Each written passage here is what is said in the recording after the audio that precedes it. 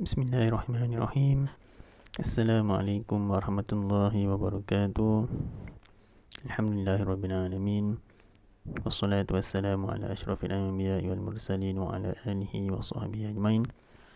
Alhamdulillah, pertama dan selama-lamanya kita panjatkan syukur kita pada Allah Ta'ala kerana masih lagi dapat kita hidup di muka bumi Allah SWT ni, dan dapat lagi kita masih boleh meneruskan kehidupan kita, meneruskan pembelajaran kita walaupun secara maya pada hari ini.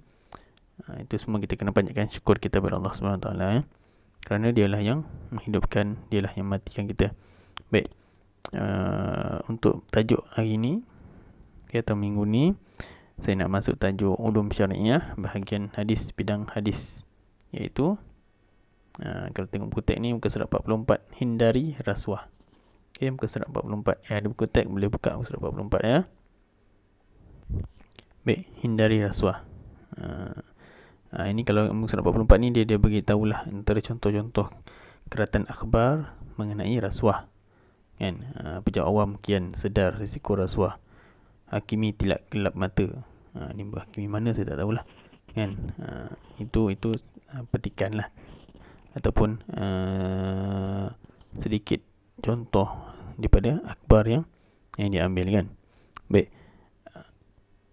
untuk memahami konsep rasuah ni, kita teruskan kepada muka surat 45 ni. Pertama, kita faham mengenai hadis Nabi Muhammad sallallahu alaihi wasallam. An Abdullah bin Amru qala la'ana Rasulullah sallallahu alaihi wasallam ar-rashi wal murtashi. Okey, riwayat Tirmizi. Maksudnya daripada Abdullah bin Amru telah berkata Rasulullah sallallahu alaihi wasallam melaknat pemberi rasuah dan penerima rasuah. Okey, melaknat. Laknat ni maksudnya mencela ataupun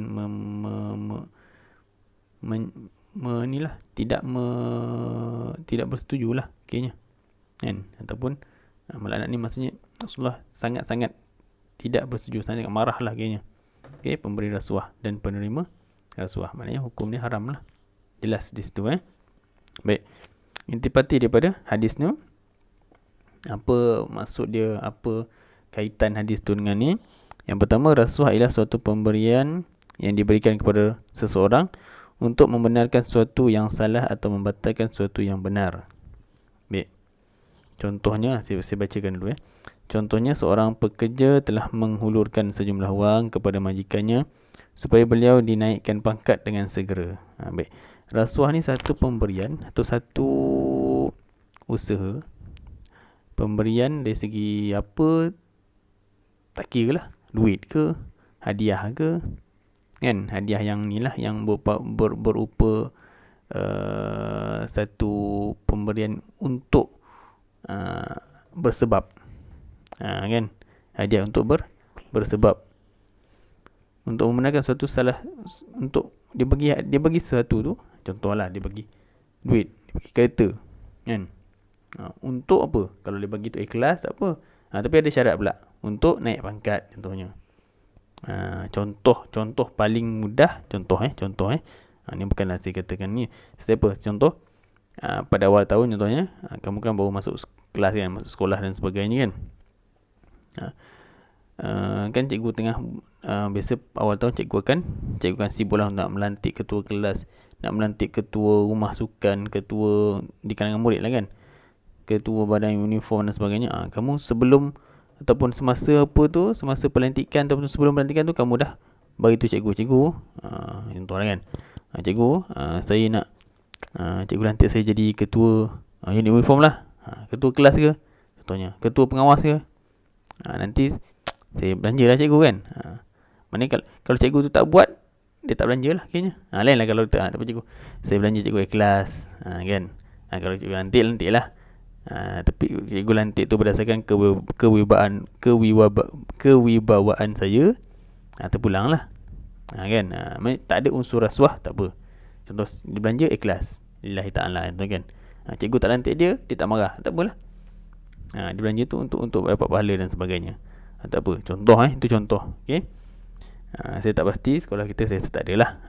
Sekolah lain pun tak ada kan. Tapi benda ni memang berlaku di kalangan orang luar, di kalangan rakyat atau masyarakat kita sendiri. Jadi kita kena berhati-hati. Maknanya orang yang memberi tu dan orang yang menerima tu. Contoh kes tadi maknanya budak tu pun, pelajar tu pun dicela ataupun haram lah hukum dia. Dan yang menerima tu, contohlah cikgu yang menerima, contoh cikgu tu, okey boleh kan. Yang menerima tu pun sama juga, kesnya haram, dicela ataupun dilaknat oleh Allah dan Rasul, sama juga. Okey, baik, kenyataan bawah ni, rasuah merupakan perbuatan yang boleh mengakibatkan dosa dan mesti kita jauhi kerana Allah dan Rasul melaknat pemberi dan penerima rasuah. Laknat ni maknanya haram lah hukumnya, haram dan berdosa besar. Dan satu lagi kamu kena ingat, duit yang dapat tu ataupun duit rasuah tu, kalau dapat pada penerima rasuah tu, haram lah hukumnya kan. Haram hukumnya untuk kita bagi, untuk kita belajar, kita ialah contohnya kita dapat duit kan, contohnya kan, sesuatu projek dan sebagainya, dapat duit, dan duit tu kita bagi pula makan dekat, contohlah mak ayah kita kan, kalau dah kahwin bagi nak makan dekat anak isteri kan. Jadi benda tu haram hukumnya. Kullu lahmin nabatan min haram fannar aula bih. Segala benda yang tumbuh daripada tubuh badan yang haram ataupun daripada unsur yang haram, fannar aula bih, maka nerakalah lebih utama, yang lebih layak daripadanya. Okey, baik, sikit lagi pengajaran daripada hadis. Yang pertama, apa yang dapat diambil iktibar ialah, pertama, hendaklah kita jauh rasuah, kerana Islam melarang kita memberi dan menerima rasuah. Rasuah juga merupakan perbuatan yang sangat keji dan berdosa. Bukan sekadar dosa je, sangat dicela, maknanya sangat-sangat berdosa lah, berdosa besar lah. Okay. Dan kita hendaklah jadikan Islam ni sebagai cara hidup kita. Islam melarang rasuah, so kita tinggalkan rasuah. Ada banyak kekurangan rasuah ni. Okay. Ini kalau secara dalam konteks ni kita apa, jadi saya akan bagi sikit ada slide yang saya dapat sikit untuk kita ringkaskan sikit. Yang pertama, dia kata negara mundur dan kocar-kacir, betul. Kalau semua dah rasuah dan sebagainya kan, menyebabkan negara ni huru-hara lah. Orang yang tak sepatutnya naik contohnya, orang tu tak layak pun naik, dia naik, kan. Jadi setiap individu hendaklah amanah dan bertanggungjawab dalam suatu organisasi. Mestilah melaksanakan dengan penuh bertanggungjawab dan jauh daripada rasuah. Maknanya kalau tiada rasuah, maknanya lantikan, contohnya pelantikan. Contoh kalau saya suka masukkan di organisasi di sekolah sebab kamu faham kan. Contoh pelantikan ketua kelas. Cikgu pilih kamu berdasarkan kelayakan kamu bagus, buat kerja bagus, bertanggungjawab. Cikgu minta tolong laju kan. Jadi okeylah, daripada orang yang masuk, okey, nanti dia sebab dia bagi sesuatu kan kat cikgu contohnya. Kita pun nanti, tapi sebenarnya dia malas, selalu tak datang sekolah, kerja pun tak siap. Jadi itu menyebabkan kekurangan dan akan menyebabkan sesuatu organisasi, satu kelas tu akan mundur lah, ataupun takkan bergerak maju. Itu antara kesan dia lah. Contohnya mendapat laknat pada Allah. Ni mendapat balasan yang buruk pada Allah. Ni kita dah beritahu lah tadi. Okey, sekejap Okey, ni secara ringkas saya dapat slide ni. Yang pertama, apa sebab berlakunya rasuah? Yang pertama, iman lemahnya iman. Macam saya cakap lah, lemahnya iman. Dia halal haram dia tolak ke tepi. Janji aku dapat jawatan, janji aku dapat maju ke depan, janji aku dapat projek dan sebagainya. Iman dia lemah. Dia tak tahu Allah nampak apa yang dia lakukan. Yang kedua, kelemahan diri. Sama lah tu kelemahan diri maknanya diri dia lemah, tak boleh tahan dengan godaan kan. Tengok orang lain kaya, orang lain banyak duit, orang lain banyak jawatan, orang lain, aku nak masuk asrama tu depan ni contohnya, aku nak masuk asrama ni tapi aku tak ada jawatan ni, ketua rumah sukan pun tak ada, ketua kelas pun tak ada. Aku bagi rasuah lah kat cikgu kan, aku bagi tip lah kat cikgu kan, bagi duit lah kat cikgu biar aku dapat, cikgu lantik aku jadi ketua pengawas dan sebagainya. So tahun depan aku dapat lah dapatlah apa, dalam apa tu kan, dalam sijil dan sebagainya, dapatlah masuk sekolah menengah, sekolah asrama dan sebagainya kan. Baik, sebenarnya bersifat tamak, tamak dengan harta. Okey, tamak dengan harta ni lebih kepada projek-projek lah. Okey, kalau projek ni kalau orang-orang yang dah besar kan, ada projek dan sebagainya, ada kroni dan sebagainya, nak dapat satu projek tu terpaksa kena rasuah pun dapat projek. Tu pun tak boleh.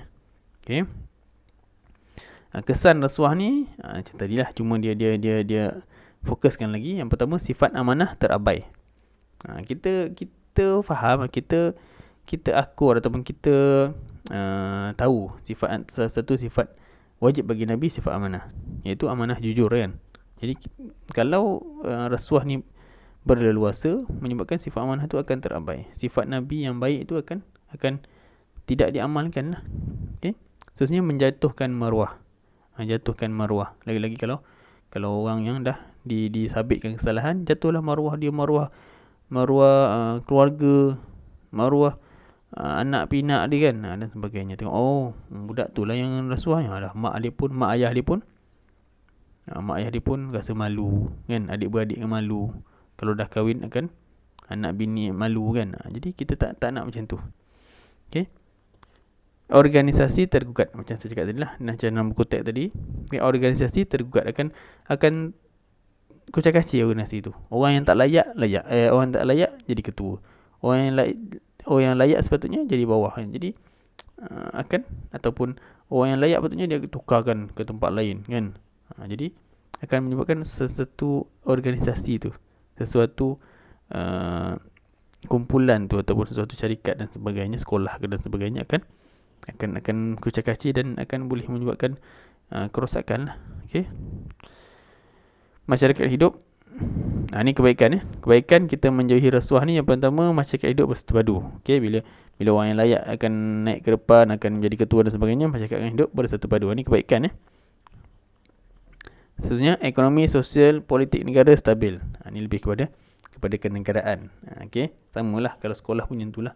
Ekonomi, sosial di sekolah tu akan jadi okey kan. Ketua pengawas contohnya dilantik orang yang berkelayakan, yang tegas, yang bagus, yang rajin dan sebagainya. Kan, okay, murid akan lebih berdisiplin dan sebagainya lah. Kan. Okay. Seterusnya, jauhi daripada murka Allah Subhanahu Wa Taala. Okay. Kerana Allah melaknat kepada orang yang memberi rasuah dan menerima rasuah. Itu saya dah cakap berulang kali. Baik, sikit lagi mengenai latihan. Ada 2 latihan. Okay, saya nak kamu buat 2 latihan. Latihan ni mudah aja. Sebab berlakunya, saya bacakan secara ringkas. Sebab berlakunya rasuah. Okay. Siap. Ni soalan ni padankan jawapan ni betul. Tengah-tengah ni tajuk. Okay, tengah-tengah ni dia bagi sebab berlakunya rasuah. Okay.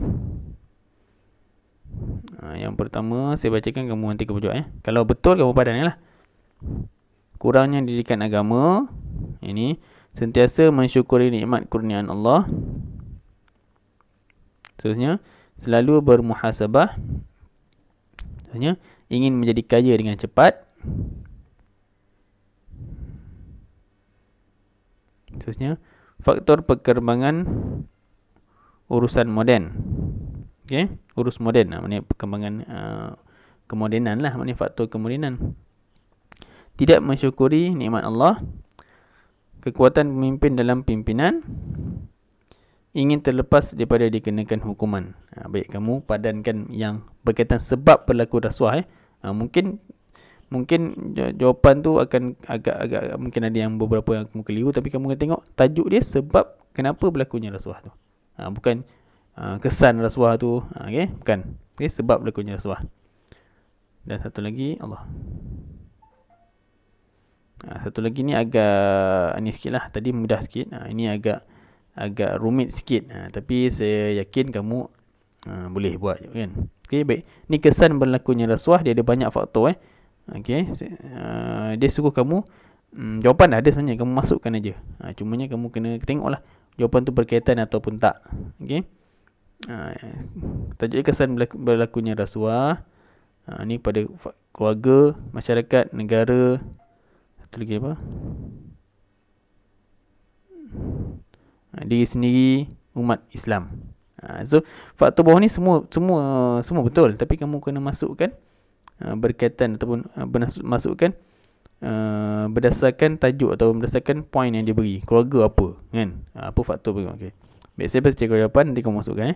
Pertama ni, ekonomi negara akan jatuh, keluarga akan berpecah belah, mendapat dosa dan dilaknat Allah, berlakunya ketidakadilan dalam organisasi, menjaskan imej dan maruah Islam, meningkatkan prestasi dalam suatu kerja. Baik, kamu boleh masukkan. Semua betul, tapi nak tengok kamu masukkan mana satu. Keluarga tu mana, kan? Mestilah berkaitan dengan keluarga. Kan? Negara berkaitan dengan negara. So kamu masukkan yang betul. Baik, minta maaf lambat sikit ataupun panjang sikit hari ni. Saya doakan semoga kita semua dijauhkan daripada rasuah, kan? Sama ada kita sebagai pemberi penerima ke, dijauhkanlah semua tu, kan? Sebagai saksi pun dijauhkan, kan? Jangan sampai kita jadi kau saksi aku bagi ni, tu pun tak boleh. Tu pun tak boleh, tu pun dosa juga, sebab kita pula jadi saksi perbuatan yang tak baik, kan? Okey, moga kita semua dijauhkan daripada perbuatan rasuah ni, keluarga kita semualah. Okey, dan apa yang baik pada Allah dan apa yang buruk pada kesalahan ataupun kelemahan ustaz. Saya akhiri dengan Assalamualaikum warahmatullahi wabarakatuh.